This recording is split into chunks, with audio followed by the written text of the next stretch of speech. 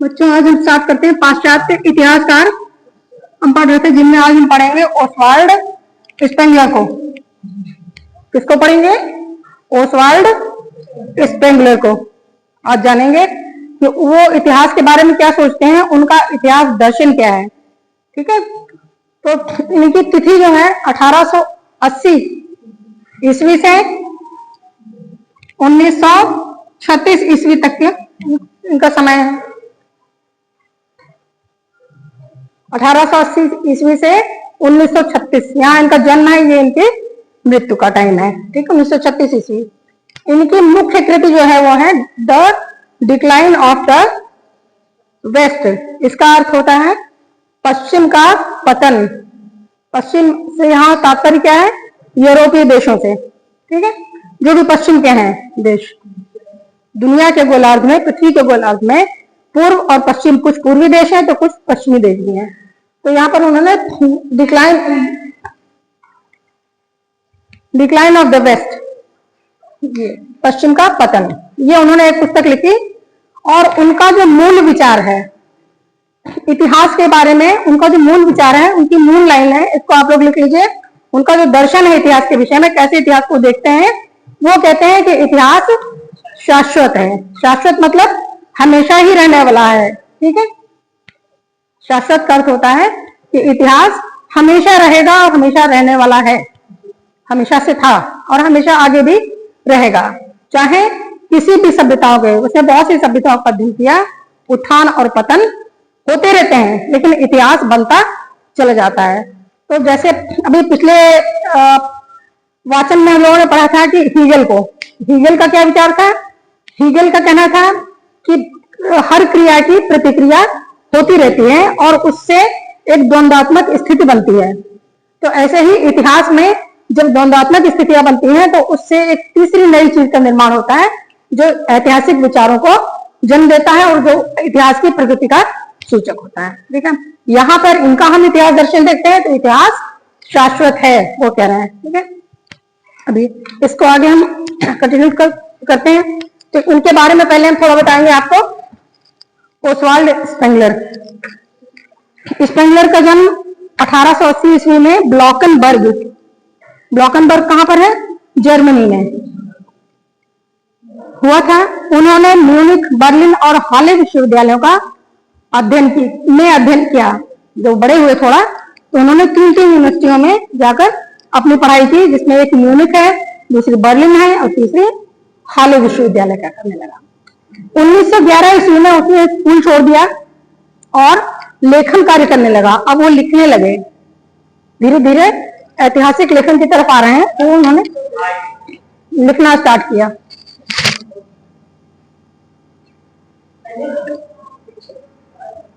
वह अपने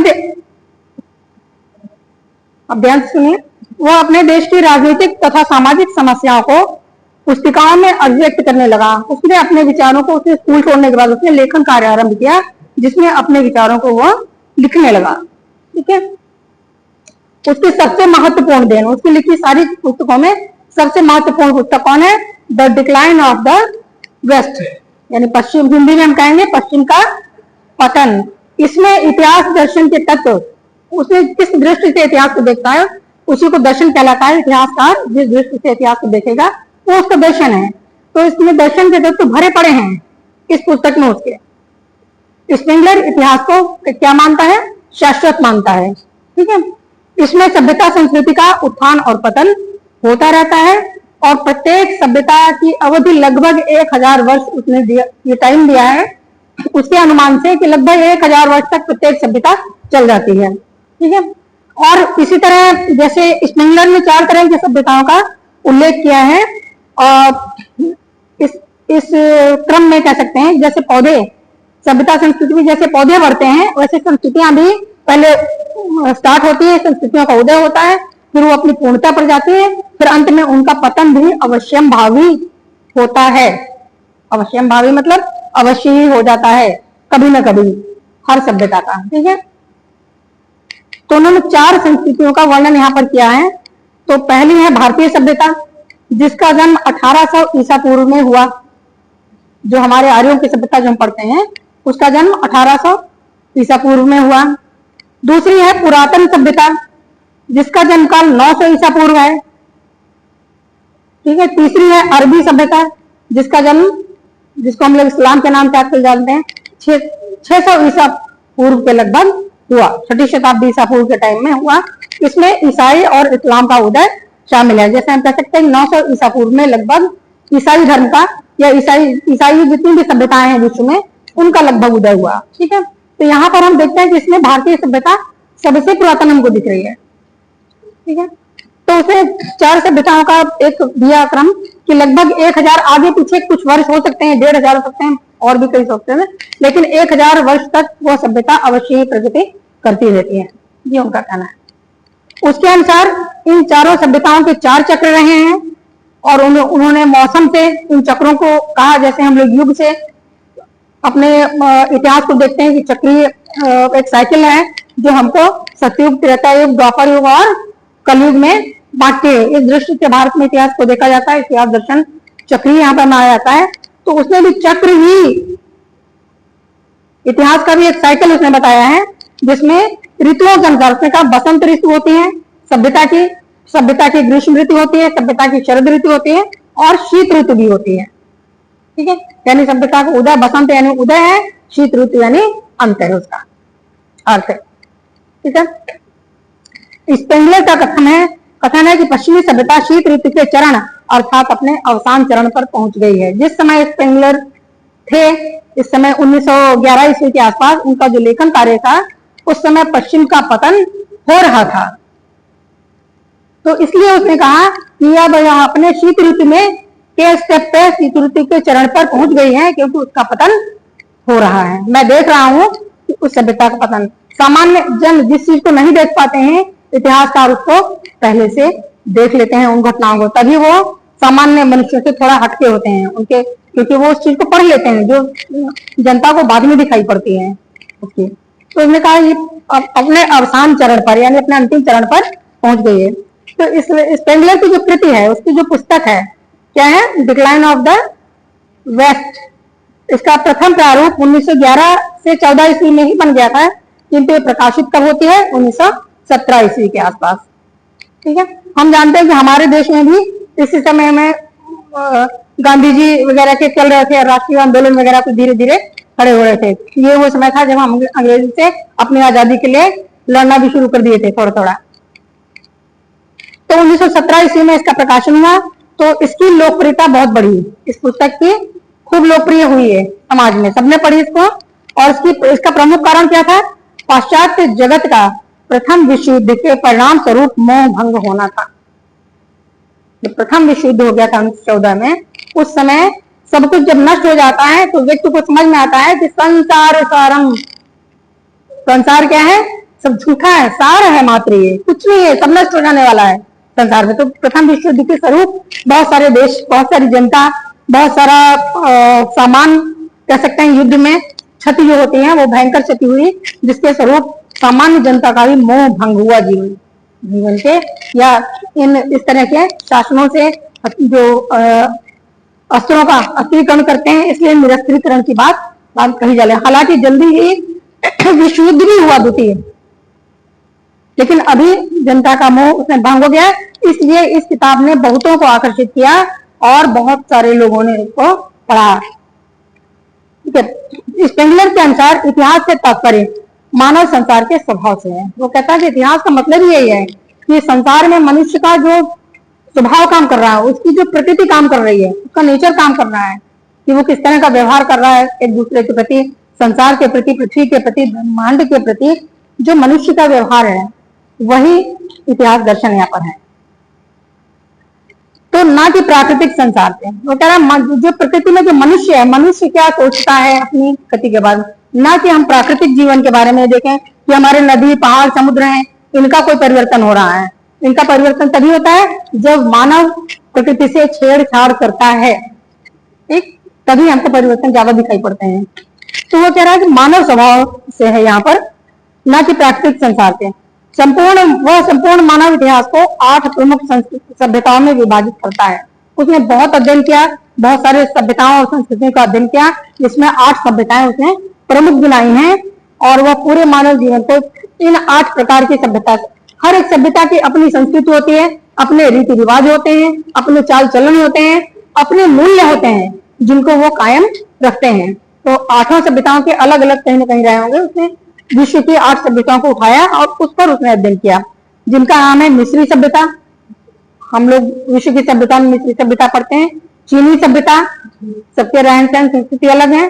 प्राचीन सामी सभ्यता, भारतीय सभ्यता, ईरानी सभ्यता, यूनानी सभ्यता और रोमन और पाश्चात्य सभ्यता।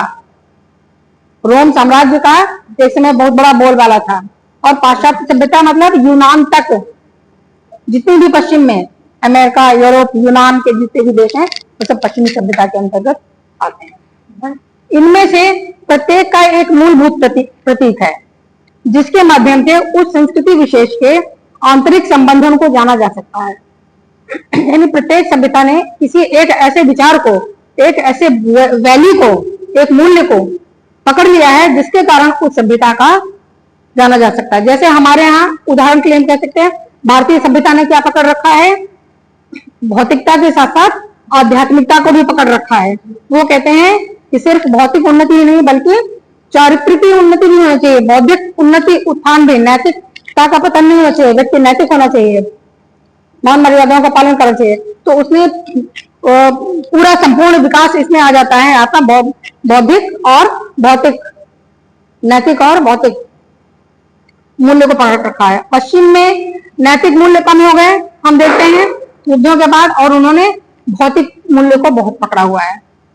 आज भले हम उनकी नकल कर रहे हैं, लेकिन वो हमारी नकल करना शुरू कर दिए हैं, स्टार्ट कर दिए हैं आजकल वर्तमान में, है कि नहीं?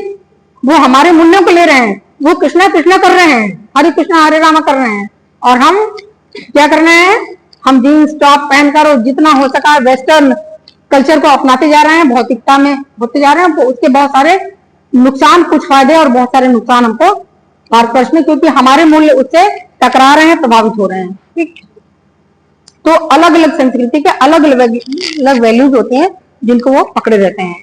जैसे मिस्री सभ्यता में अगर हम उठा के देखें तो वहां आज से 5000 साल पहले भी जब सभ्यता रही तब भी स्त्रियों का बहुत सम्मान होता था, और रियल में रानी ही राज्य की मालिक होती थी। राजा उससे सिर्फ इसीलिए विवाह करता था ताकि वो राजा बना रह सके। तो ये उनके अपने मूल्य हैं, ठीक है? अलग अलग संस्कृतियों के अलग अलग मूल्य हैं। ओके, प्रत्येक संस्कृति दूसरे से भिन्न होती है, इस प्रकार हम देख रहे हैं, और उसके स्वयं निर्मित मूल्य हैं जिन पर किसी दूसरे का प्रभाव नहीं है। लोग अपने मूल्यों को, अलग अलग देश के लोग, अलग अलग संस्कृतियों ने अपने मूल्यों को ऐसा स्थापित किया है कि उस चीज पर दूसरे का प्रभाव जल्दी ना पड़े। प्रत्येक संस्कृति विकासशील है, और इस पर भी सभी संस्कृतियां विकास कर रही हैं। कोई भौतिक दृष्टि से विकास कर रही है, कोई चारित्रिक दृष्टि से विकास कर रही है, कोई आपका बौद्धिकता से, कोई टेक्नोलॉजी से विकास कर रही है। तो इस तरह हम देखते हैं सभी संस्कृतियां विकास भी कर रही हैं।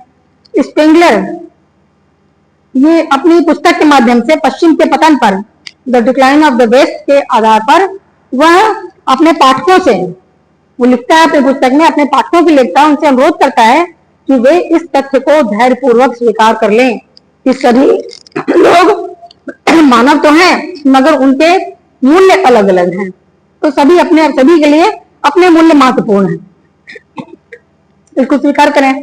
इस प्रकार यानी एक वैश्विक वो बनाना चाहता है कि सारे विश्व के वो ग्लोबलाइजेशन जिसको हम कहते हैं, एक वैश्विक धरातल पर प्रत्येक संस्कृति को लाना पड़ता है कि सबका सम्मान करिए, अपने का भी सम्मान रखिए और दूसरी संस्कृति का भी सम्मान किया जाए, तभी मानव सुखी रह सकता है। इस प्रकार स्पेंगलर क्या करता है? निर्भीकता पूर्वक रेखीय के विकास के रूप में विश्व इतिहास लेखन का प्रयत्न त्याग देता है। वो कहता है कि इतिहास सीधे एक रेखा में नहीं चलता है, बल्कि वो चक्रानुसार चल रहा है। हाँ, कि इतिहास का संस्कृतियों का उदय होता है, उत्थान होता है और पतन होता है, फिर एक नई संस्कृति का उदय हो जाता है उसी स्थान पर। ठीक है, तो ये चक्र, ये साइकिल बराबर चलती रहती है। वो रेखीय इतिहास को कहता है, रेखीय विकास में इतिहास नहीं जा रहा है, वो चीजें उत्थान पतन और उदय का क्रम चलता ही रहता है। बिल्कुल जैसे भारतीय संस्कृति में हम लोग कहते हैं कि हमारे 4 युगों में हमने अपने जीवन को बांटा हुआ है, जो कि हमारा सतयुग, त्रेता, द्वापर और कलयुग है, और कलयुग के जब अंत होगा, कलयुग में घोर नुकसान होगा मनुष्य को, काफी पाप बढ़ेंगे। कहा जाता है सतयुग का मतलब मनुष्य है कि सत्य पर मनुष्य सादा जीवन, उच्च विचार जिसको कहते हैं उस पर जाएगा, वो ईश्वर की तरफ मुड़ेगा, बौद्धिक विकास अधिक करेगा, भौतिक विकास से ज्यादा बौद्धिक विकास होगा, आत्मिक विकास होगा। तो ये एक चक्र बराबर ऐसे युगों में चलता रहता है। इस तरह बहुत से युग, मनवंतर आदि हम लोग पढ़ते रहते हैं प्रमुख धार्मिक विद्वानों की पुस्तकों में, जैसे रामायण महाभारत आदि, तुलसीदास वगैरह के, उसमें हम लोग इन चीजों को पढ़ते हैं। ठीक है, तो यहाँ पर वो भी कहता है इतिहास एक चक्र में चलता है। तो उसने यूरोपीय इतिहासकारों की इतिहास संबंधी दृष्टि की कटु आलोचना की है। ज्यादातर यूरोपीय इतिहासकार क्या कहते हैं, वो कहते हैं इतिहासकार सर्पाकृति आकृति में या रेखीय आकृति में आगे को विकास कर रहे हैं, ना कि चक्रीय आकृति में। इस बात की उसने निंदा की है, आलोचना की है। उसने कहा ऐसा नहीं है। इसका कथन है कि यूरोप को विश्व इतिहास का केंद्र मानना एक भ्रामक धारणा है। उसने कहा यूरोप विश्व के इतिहास का, विश्व की सभी सभ्यताओं के इतिहास का या उनकी संस्कृतियों का केंद्र अगर हम यूरोप को बनाएं तो ये एक भ्रमपूर्ण धारणा है। हमसे भी ज्यादा उत्तम लोग संसार में मौजूद हैं जो अधिक अच्छे मूल्यों को रखते हैं। ठीक है, इसी प्रकार यूरोपीय इतिहासकारों द्वारा, ठीक है, जो यूरोपीय इतिहासकार हैं उन्होंने इतिहास को कैसे बांटा, युग, ऐतिहासिक युग को उन्होंने कहा प्राचीन युग है, फिर मध्यकालीन युग आता है, और आधुनिक काल में विभाजित कर दिया। कहते हैं ये बिल्कुल अर्थहीन है। इतिहास का ऐसा विभाजन तो होना ही नहीं चाहिए। हम लोग भी अपने भारतीय इतिहास में पढ़ते हैं ना, प्राचीन इतिहास, मध्यकालीन इतिहास, आधुनिक कालीन इतिहास पढ़ते हैं कि नहीं। तो वो कहते हैं ये एक मतलब एक गलत भ्रामक धारणा है कि हमने इतिहास को टुकड़ों में बांट दिया। इतिहास तो शाश्वत है, निरंतर चल रहा है। जो अलिखित था वो भी इतिहास है, आजकल उपकरणों के माध्यम से, पुरातत्व के माध्यम से। अब जो लिखित है वो भी इतिहास है, ठीक है। तो वो तो निरंतर उसकी प्रगति हो रही है, उसको हम टुकड़ों में अपने अध्ययन की सुविधा के लिए केवल बांट लिया जाता है, ये कहते हैं, है ना। लेकिन इतिहास पूरा निरंतर चलता रहता है, वो बराबर प्रगति करता है और एक चक्रीय उसमें साइकिल में चलता है। क्योंकि प्रत्येक शताब्दी के बाद यह विभाजन असंगत प्रतीत होता है। जैसे ही एक शताब्दी या 1000 साल बीतते हैं तो यह जो विभाजन है सभ्यताओं का, कि प्राचीन काल, मध्यकाल, आधुनिक काल, ये अर्थहीन हो जाता है वहां पर। क्योंकि तब नई सभ्यता आती है, फिर हम उसका वर्णन करना स्टार्ट कर देते हैं। ठीक है, उसने उन इतिहासकारों की निंदा की है जो मिस्र, बेबीलोनियन सभ्यता को यूनानी सभ्यता के इतिहास की भूमिका मात्र मानते हैं। तुमने कहा जो प्राचीन हमारी यूरोपीय सभ्यताएं हैं या पश्चिम की सभ्यताएं, उसमें एक मिस्र की सभ्यता आ रही है, बेबीलोन आजकल जहां पर इराक है, टर्की इराक है, तो वहां पर प्राचीन काल में मेसोपोटामिया की सभ्यता हुई है, जिसमें हम 4 सभ्यताएं पढ़ते हैं, सुमेरियन सभ्यता, बेबीलोन की सभ्यता, कैल्डियन सभ्यता और असीरियन सभ्यता। ये सब मिलकर बेबीलोन की सभ्यताएं कहलाती हैं। तो कह रहे हैं ये सिर्फ भूमिका मात्र है यूरोप को आगे बढ़ाने के लिए, असली इतिहास तो बाद में यूरोपीय सभ्यताओं ने लिखा। वो कहना ऐसा नहीं है। तथा भारत और चीन की गौरवपूर्ण सांस्कृतिक उपलब्धियों को नगण्य समझते हैं। अब यूरोपीय इतिहास क्या करते हैं, वो जो पूर्वी दुनिया है, पूर्वी पृथ्वी है, जहां पर भारत और चीन की महान सभ्यताएं आती हैं, भारत और चीन का बहुत प्राचीन इतिहास है, तो उसको वो नगण्य समझते हैं, उसको नीचे दिखाने की कोशिश करते हैं कि हम ज्यादा अच्छे हैं, ज्यादा प्रगति कर रहे हैं, हमारी सभ्यता उत्तम है, उनकी सभ्यता, ये लोग थोड़े असभ्य हैं, हमसे इन्होंने बाद में सीखा। जबकि वास्तविकता क्या है, वास्तविकता क्या है कि उनके यहाँ से ज्यादा बौद्धिक विकास चीन और भारत में यूरोप की सभ्यताओं से पहले हो चुका था। हम जानते हैं कि मानव ने आग जलाना सबसे पहले कहाँ सीखा, चीन की सभ्यता में सीखा। वहां जली हुई हड्डियों के अवशेष मिले हैं खोतेन की गुफाओं में। ठीक है, तो सबसे पहली प्रगति तो वहीं पर दिखाई पड़ती है। और आज तक हम आग जला रहे हैं। शीतकाल में हमें वो जाड़े से रक्षा करती है, और जंगलों में रहने वाली प्राचीन काल में मानव के, पाषाणकालीन मानव की जंगली पशुओं से रक्षा करती थी। और हम भोजन भी उसी से पकाते हैं, और वही अग्नि का एक स्वरूप हमें इलेक्ट्रिसिटी के रूप में भी देखने को मिलता है। ठीक है ना, तो वो प्रगति उसमें हुई, तो ये कहां से हुई, चीन से स्टार्ट हुई थी। तो ये हम नहीं कह सकते हैं कि यूरोप की सभ्यताएं हमसे ज्यादा उन्नत थी और हम लोग इधर कम उन्नत थे। तथा भारत और ये अब स्पेंगलर का जो प्रथम काल है, उसको कहते हैं, उन्होंने मौसम में बांटा हुआ है, ऋतुओं में, अपने चार ऋतुओं में, जैसा कि हम बता चुके हैं आपको पहले। तो उनका उदय काल, जो किसी भी सभ्यता का जो उदय काल होता है, तो स्पेंगलर की दृष्टि में वो है बसंत काल। जैसे एक शिशु जब होता है, बच्चा जब होता है, तो बड़ा प्यारा होता है, सारा संसार उसको एक बिल्कुल शुद्ध बिल्कुल होता है, खिले हुए फूल की तरह, है कि नहीं। जैसे बसंत ऋतु में हम सभी ऋतुओं से ज्यादा बसंत ऋतु का इंतजार करते हैं, उसके आगमन का, कि धरती पर शीत ऋतु यानी भयंकर बर्फ और जाड़े और शीत से ठिठुरते हुए मनुष्य को जब बसंत काल आता है तो मन अपने आप प्रसन्न होना शुरू हो जाता है। तो किसी भी सभ्यता का जो उदय काल है उसको यहाँ पे उन्होंने बसंत काल का नाम दिया है। उन्होंने कहा वो धर्म निष्ठा का काल है, धर्म निष्ठा का काल है। ये बिल्कुल वही काल है जैसे हमारे यहाँ सतयुग था, कि सब लोग धर्म में निष्ठा यानी ईश्वर पर विश्वास रखते थे और एक दूसरे से सहकारिता द्वारा एक दूसरे की सहायता करते थे, सभी के लिए अच्छा सोचते थे, कोई किसी में छल कपट आदि तब नहीं था। यही बसंत काल होता है, चाहे वो मानव का बसंत काल हो, चाहे सभ्यताओं का बसंत काल हो। ठीक है। तो इस युग के मनुष्य धर्मभीरू थे। धर्मभीरू यानी ईश्वर से डरते हैं कि हमें धर्म कर्म यानी ईश्वर पे विश्वास करना चाहिए, हमारे कर्मों को अच्छे बनाते रहना चाहिए। इस युग के मनुष्य, ठीक है, जिसमें धार्मिक चेतना का विकास होता है। इससे क्या होता है, उनकी एक धार्मिक चेतना, एक ब्रह्मांड के ऊपर, कि जिसने ब्रह्मांड को बनाया है वह चेतना कौन है, वो उसकी खोज करते हैं। यहाँ पे देखिए यही दर्शन है कि वह ब्रह्मांड का भी चर्चा, जिसने सूरज चांद बनाया, जिसने फूलों को महकाया, जिसने सारा जगत बनाया, और क्या हम उस ईश्वर के गुण गाएं, उसे प्रेम से शीश झुकाएं। तो ये भावना बसंत स्पेंगलर के बसंत काल में और हमारे यहाँ सतयुग में प्रतीत होती है। ठीक है ना, भारत में। अब देखिए देवताओं का, अब ये कह रहे हैं, उदाहरण के लिए भारत में यह वैदिक संहिताओं का काल है इतिहास में, क्योंकि हमारे वैदिक मंत्रों द्वारा सबके सर्वे भवन्तु सुखिनः सर्वे सन्तु निरामया, ये वैदिक संहिताओं में लिखा हुआ है कि सब सुखी रहें, सब आरोग्य, सबको आरोग्य प्राप्त हो, केवल मैं ही सुखी न रहूं, आप भी सुखी रहे, पूरा संसार सुखी रहे, सब जो जहां पर है सबको ईश्वर की कृपा मिलती रहे। तो हमारा ये काल वैदिक संहिताओं का काल माना जाता है, जहां पर सबकी भलाई के लिए प्रार्थनाएं की गई हैं। ठीक है। और यूनान में ओलंपिक देवताओं का, यूनान में ये काल था जब ओलंपस नामक जो देवता थे, आकाश देव थे, तो उस समय वहां पे विभिन्न देवी देवी थे, समुद्र देव पसाइडन थे, है ना, आकाश देव ओलंपस थे। जैसे हमारे यहाँ सूर्य, वही ओलंपस देवता हमारे यहाँ सूर्य देव के रूप में पूजे जाते हैं, जो पूरे संसार को प्रकाश देते हैं और पूजन करते हैं। आकाश में देवताओं का स्थान यहाँ पर भी माना जाता है, जहां पर ब्रह्मा विष्णु महेश आदि बड़े देवताओं का, या जिनको हम भगवान ईश्वर बोल देते हैं, उनका निवास होता है। ठीक है। तो संस्कृति के दूसरे जीवन, अब ये बसंत काल जब खत्म होता है तो संस्कृतियों का उत्थान का समय आता है, उदय के बाद उत्थान का समय आता है, उसको कहते हैं ग्रीष्म काल। स्पेंगलर ने उसको ग्रीष्म काल बताया है कि वो गर्मी का टाइम है, यानी ऊर्जा का टाइम है।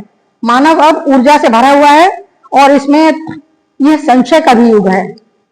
अब जो है, जो धार्मिक या दूसरे की परोपकार की भावना, या सर्वे सन्तु निरामया सर्वे भवन्तु सुखिनः आदि की भावनाएं थोड़ी कम होती हैं और वह संशय उसमें उत्पन्न हो जाता है। इस काल में मानव के मन में थोड़ी शंका उत्पन्न होती है कि क्या सही है क्या नहीं। हालांकि इससे तर्क का भी विकास होता है, उसके मन में प्रश्न उठने लगते हैं, तो ये उसके उत्थान का काल होता है, चेंज हुआ। जबकि सांस्कृतिक आत्मबोध के साथ साथ, और सांस्कृतिक आत्मबोध तो हुआ बसंत काल में, तो अभी क्या होता है, ये जो संशय का भाव होता है, ये आलोचनात्मक मनोभाव का उदय होता है। व्यक्ति अच्छा, आलोचना मतलब दोनों प्रकार की होती है, अच्छी आलोचना भी और बुरी आलोचना भी होती है। आलोचना, समालोचना मतलब दोनों कह सकते हैं उसको, तो अच्छी बुरी दोनों को मिलकर समालोचना, यानी समान प्रकार के हम उसके दोनों पक्ष को देखना स्टार्ट किया मनुष्य ने। ये प्रगति का ही सूचक है, कुछ जनक सूचक नहीं है। ठीक है। तो इसका जन्म होता है इस काल में। तो अब जब आलोचनात्मक दर्शन होता है, व्यक्ति की बौद्धिक विकास यहाँ पे देखिए हो रहा है। जब बुद्धि का विकास होगा तभी ना वो सोचेगा, किसी व्यक्ति चीज की आलोचना कर सकता है। तो ऐसे समय में एक विशिष्ट दार्शनिक और आध्यात्मिक सिद्धांतों का प्रतिपादन होता है। बहुत से विद्वान या दार्शनिक या विचारक ऐसे ही युग में जन्म लेते हैं जब सभ्यताओं का ग्रीष्म काल होता है कि नहीं, जब टकराहट का एक प्रकार से काम हुआ कि जब हमको सीधी सादी जिंदगी से थोड़ी हमको सोचने की बौद्धिक क्षमता हमारे अंदर आ गई, तो हमने चीजों की आलोचना करनी शुरू की, उसको कई दृष्टियों से उसको देखना शुरू किया, और ऐसे में ही दर्शन आदि का जन्म होता है। जैसे भारत में ये समय शायद उपनिषदों वगैरह का रहा। भारतीय संस्कृति का ये वो काल है जब हमारे यहाँ उपनिषद लिखे गए। उपनिषद को क्या बोलते हैं? और आरण्यक, आरण्यक मीन्स जंगल, अरण्य का अर्थ होता है जंगल। जब वानप्रस्थ में व्यक्ति चला जाता था, वर्णाश्रम धर्म में ब्रह्मचर्य आश्रम और गृहस्थ आश्रम का पालन करके वानप्रस्थ में जाते थे, तो वो कहाँ जाते थे? अरण्य में जाते थे, जंगलों में जाते थे, जहां अपनी कुटी बनाकर वो वहां पर अतिथियों का स्वागत करते थे, एकांत में वो वास करने लगते थे, जंगली फल फूल कंद मूल आदि खाकर उनका निवास होता था, और जो उनके पास बचा हुआ टाइम था उसको वो ईश्वर की आराधना में लगाते थे, जिससे उनका ज्ञान के चक्षु उनके खुलते थे, और तब उस ज्ञान को वो लिखते थे। वो सोचते थे कि आखिर मानव जीवन या पृथ्वी पर जीवों का जो अस्तित्व वो क्यों है, हम सब कहां से आए हैं और मृत्यु के बाद कहां जाएंगे, ये दर्शन का विषय होता है। तो इन प्रश्नों के उत्तर सामान्य मनुष्य नहीं खोज सकता है, ये हमारे उपनिषद इसको कहा गया। उप माने बैठना, ठीक है, पास में बैठना, उपनिषद यानी उन्होंने एक जगह पर बैठकर ईश्वर के सानिध्य में बैठकर, गुरुओं के सानिध्य में बैठकर, ईश्वर के सानिध्य में बैठकर, यह एकांतवास करके घर गृहस्थी से दूर हटकर जब उन्होंने सोचा, तो उनका माइंड काम किया और आलोचनात्मक ढंग से उन्होंने हर पक्ष पर अच्छा बुरा सोचा, और तब उन्होंने इसका प्रतिपादन किया, जिसको हम वेदांत या उपनिषद आदि के नाम से जानते रहते हैं।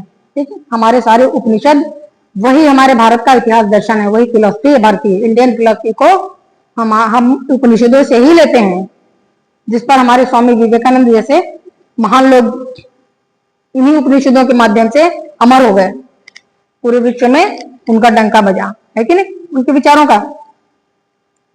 तो ये भारतीय, तो जब उपनिषद लिखे गए, अब संस्कृति का आता है तीसरा काल, जिसको हम सभ्यताओं का उदय उत्थान और फिर पतन का काल कहते हैं। अब संस्कृतियों का क्या हो रहा है? पतन काल। ये हमारी संस्कृति, ये स्पेंगलर की दृष्टि में क्या है? पतझड़ का काल, ऑटम ऋतु है उनकी ये, ठीक है, बसंत से अब ये पतझड़ का काल है, यानी अब कितना भी सभ्यता उत्थान कर ले, लेकिन कहीं ना कहीं पतन कभी न कभी उसका अवश्यम भावी हो जाता है, जिसमें संस्कृति अपनी प्रौढ़ता पर, लेकिन संस्कृति चूंकि विकास कर रही है तो वो और भी ज्यादा प्रौढ़ हो जाती है। इस समय पतन तो होता है, पतन का काल होता है धीरे धीरे, लेकिन वो अपनी प्रौढ़ता को यानी अपने ज्ञान की चरम सीमाओं को वो छू लेती है यहाँ पर। ठीक है, यह बौद्धिक पराकाष्ठा का युग है, बौद्धिक पराकाष्ठा का युग है, जिसका मूलाधार तर्क था। ये जो पतझड़ का टाइम बताया, उसने कहा कि यह इसका मूलाधार क्या था? तर्क था। तर्क द्वारा व्यक्ति, यहाँ पर तर्क द्वारा व्यक्ति हर चीज को देखता है, किसी चीज को साधारण रूप से स्वीकार नहीं कर पाता है, बल्कि उसको तर्क के द्वारा स्वीकार करता है। ठीक है, तो ये चार उसने बताए, और हम कल इसको कंटिन्यू करेंगे। अभी आज धन्यवाद।